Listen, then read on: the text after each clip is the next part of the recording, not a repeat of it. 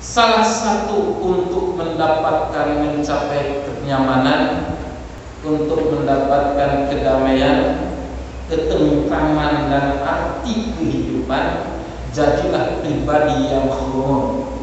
Khumul itu adalah bersembunyi di tempat yang terang tanpa mesti diketahui oleh seseorang. Yang penting hadirlah kita dalam tengah-tengah kehidupan itu. Insya Allah.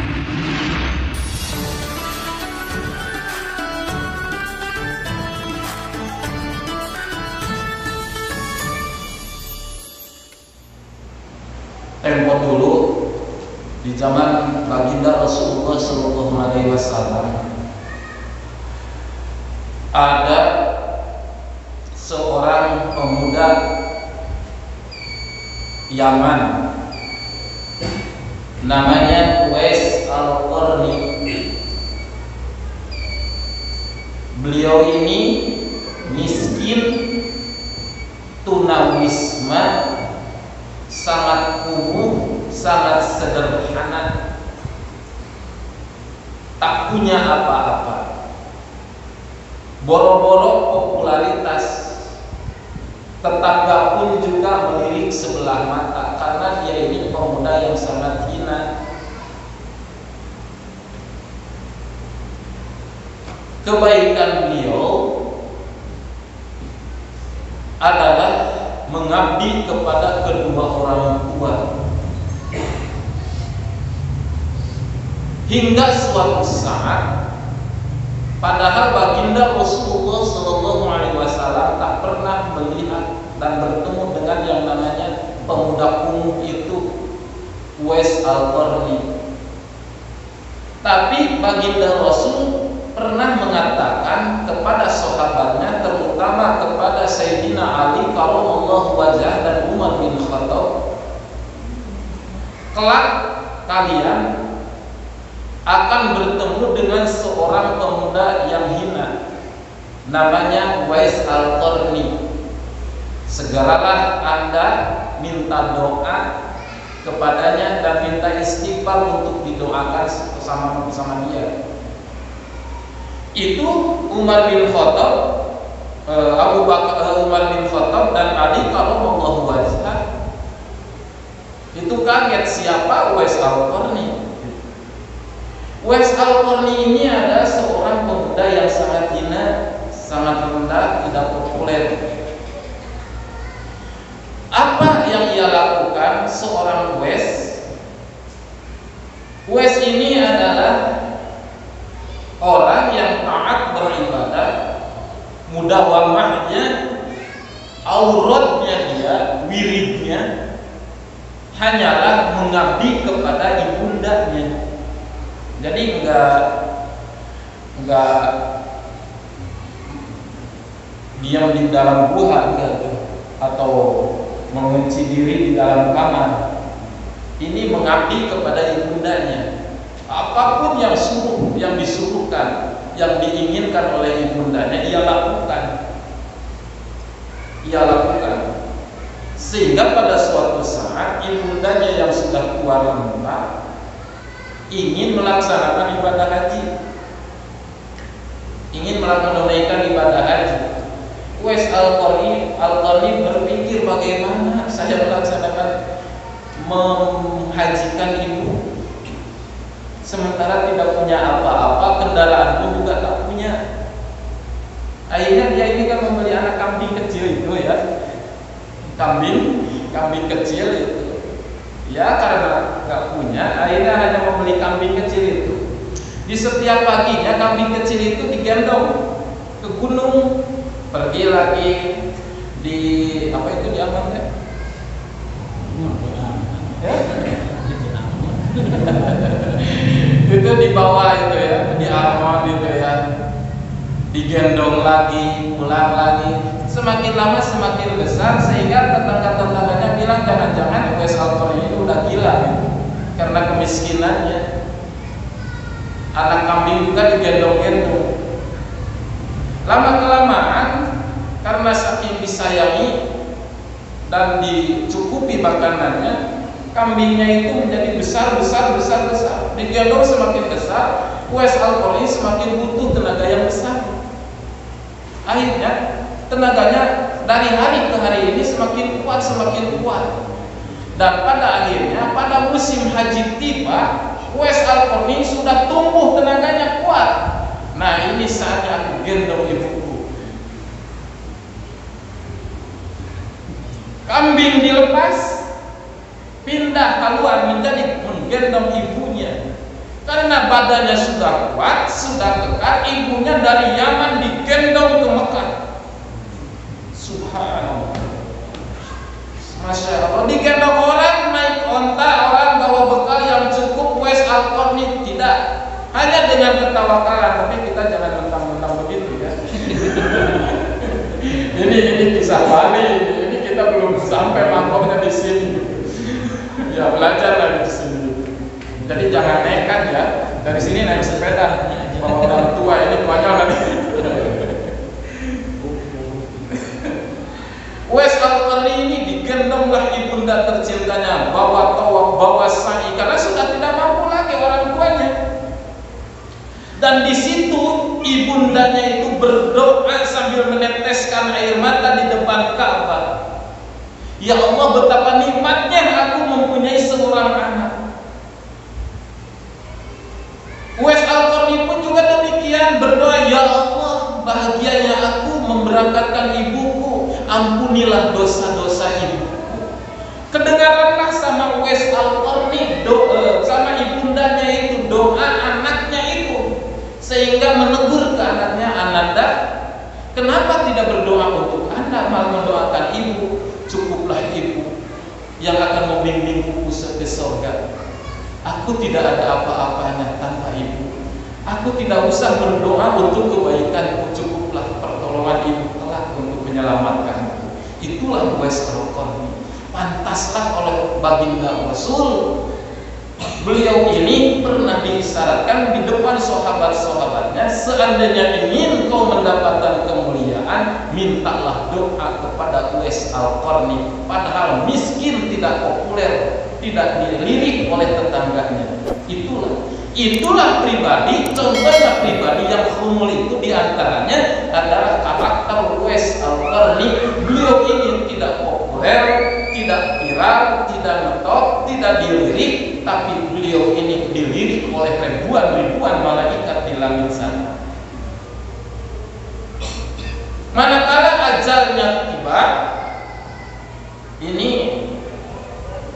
Uwais Al-Qarni ini segera tiba ajalnya. Menjelang ajalnya itu kan sebelumnya itu bisa pergi lagi haji, kan?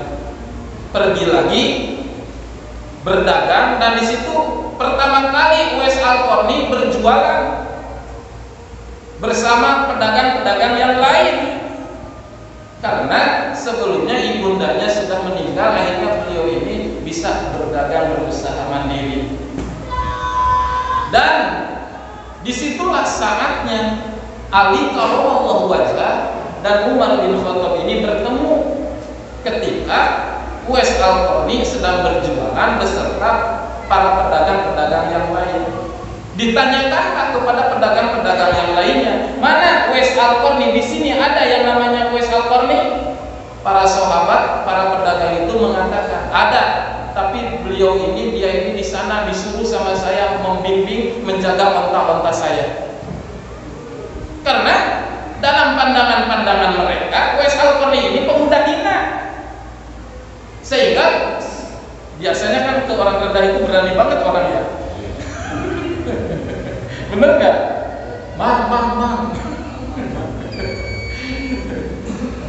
Sehingga itu waktu itu pun juga Uwais Al-Qarni, para pedagang-pedagang yang lain ini biasa gabung rapat. Uwais Al-Qarni ini ditinggalkan. Lo jangan gabung sama kami ini.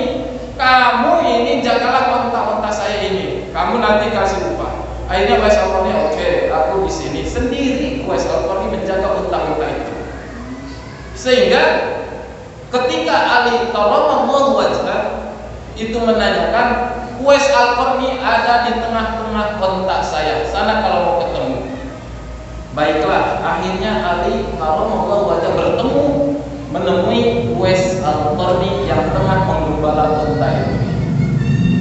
Dan disitulah ingat pesan Rasulullah Sallallahu Alaihi Wasallam, wes al-Qarni, tolong doakan saya, tolonglah minta maafkan saya untuk kebaikan saya, untuk kebaikan kami. Wes al-Qarni menjawab, bagaimana saya mendoakan yang mulia sementara saya ini ada orang yang hina, tak punya apa-apa. Sebenarnya yang mesti mendoakan itu yang mulia kepada saya supaya kami ini dicintai dan disayangi oleh Allah. Itulah jawaban Wes al-Qarni. Tidak, aku ini sudah tahu siapa Anda sebenarnya, tolong doakan kami. Akhirnya dengan paksaan Ali karramallahu Sayyidina Ali karramallahu wajah, akhirnya Wes al-Qarni mendoakan kedua sahabat tercinta itu dan berpesan, tolong jangan buka di depan umum siapa saya sebenarnya. Kalau kita gimana?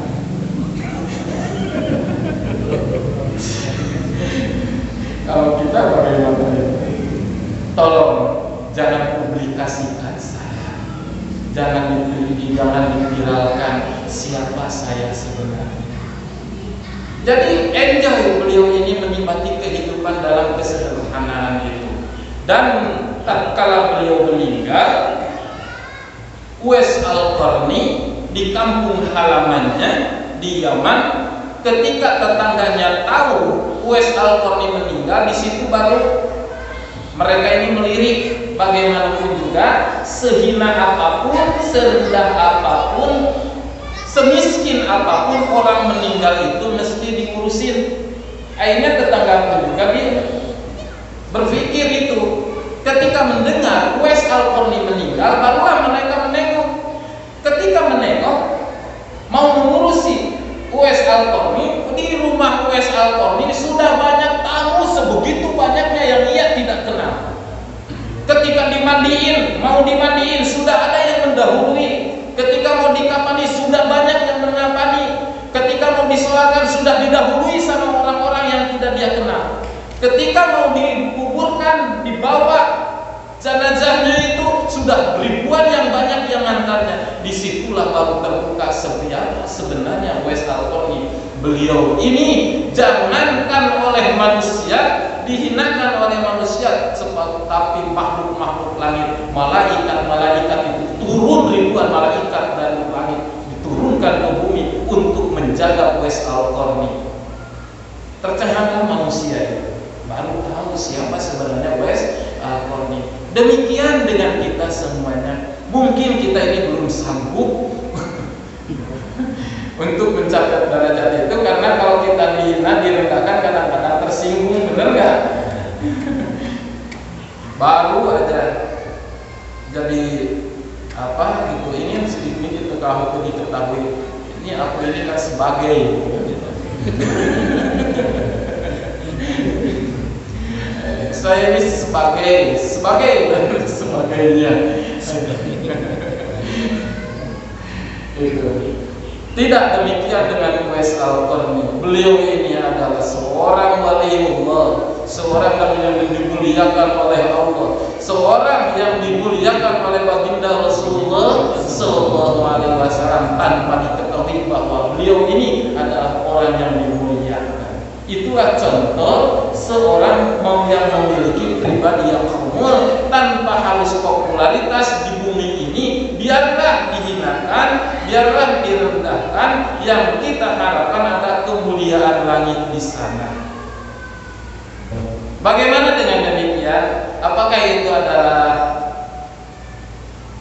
kesalahan? Belum tentu juga. Ini kan salah satu cara seorang salihin untuk mencapai keridhaan, untuk mendapat kenyamanan, kedamaian, ketentraman. Jadilah pribadi yang humble. Boleh kita hadir di tengah-tengah kehidupan tanpa mesti diketahui siapa pribadi kita, siapa sebenarnya kita, tapi keberadaan kita ini sangat hadir keberadaannya.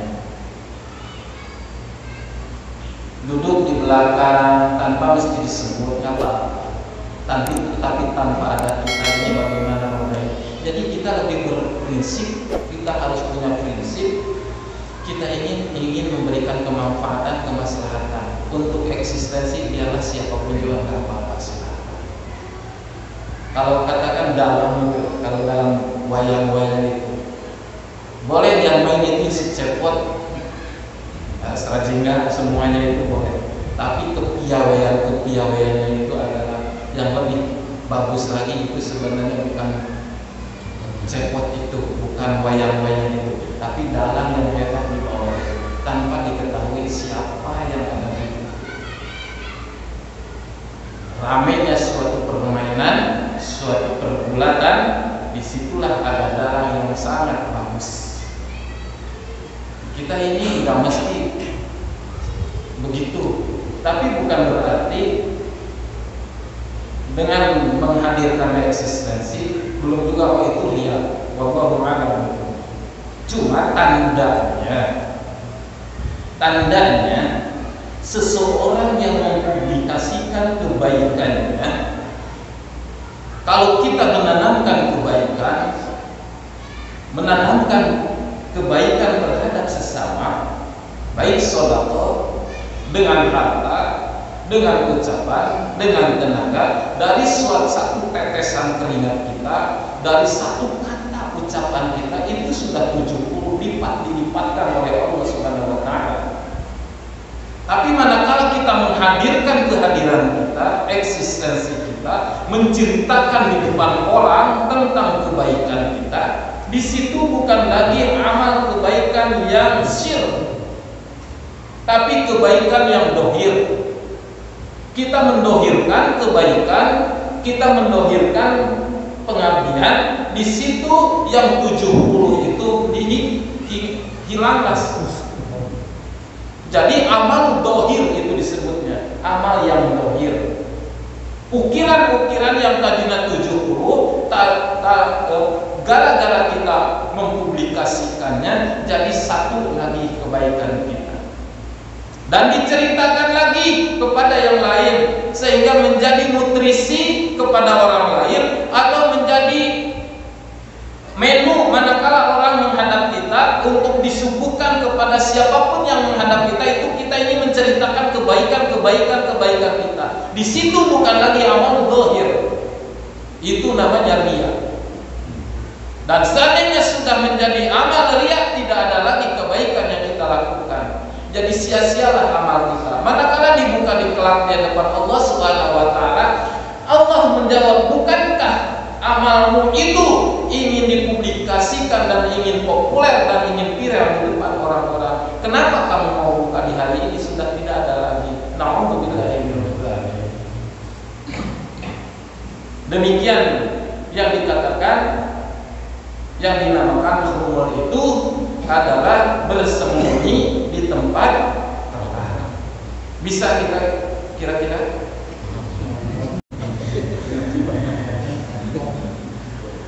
Kalau contoh itu Uwais Al-Qarni ini bukan sahabat karena tidak pernah bersama Nabi ini, tapi beliau ini adalah orang yang sangat dimuliakan oleh Allah Subhanahu wa Ta'ala. Di antara yang meniti jalan kehidupan dalam kepribadian umum itu, di antaranya Uwais Al-Qarni. Banyaklah sebenarnya, itu banyak banget. Ibrahim bin Adham itu kisah-kisah sufi banyak.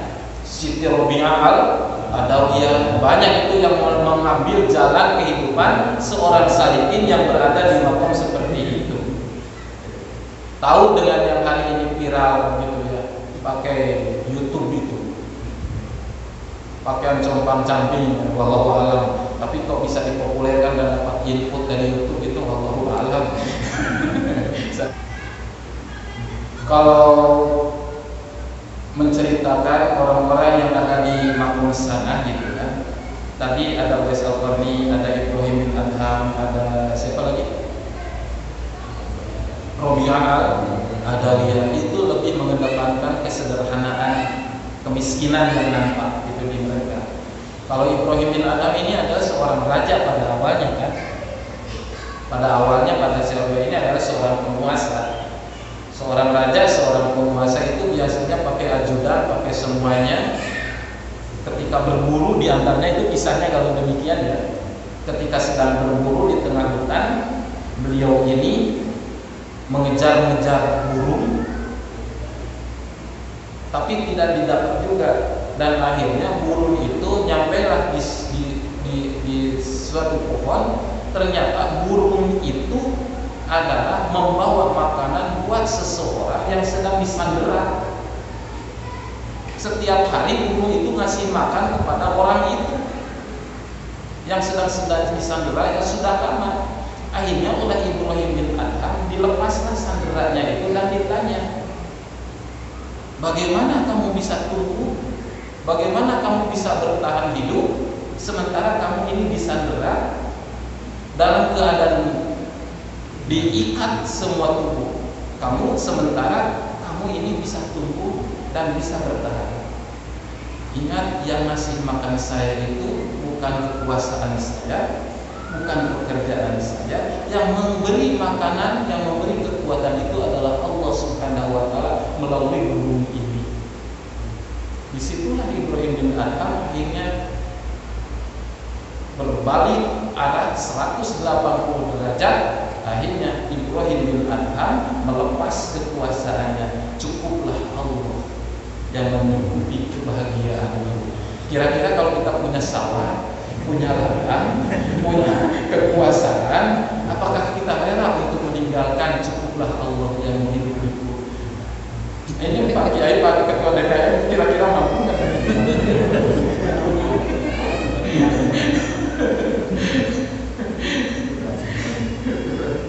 Ini Ibrahim bin Adham seorang kaya, dilepas itu kekuasaannya, dikasihkan, udah silakan, aku nggak butuh dunia lagi. Ternyata dunia ini tidak ada apa-apanya, hanya fitnah belaka.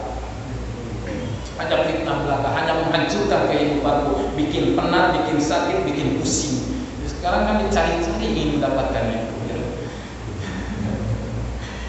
Bikin penat, bikin pusing itu. Udahlah, aku ingin menjadi seorang pribadi yang memulai itu lagi. Baik, sampai sini semoga tidak puas.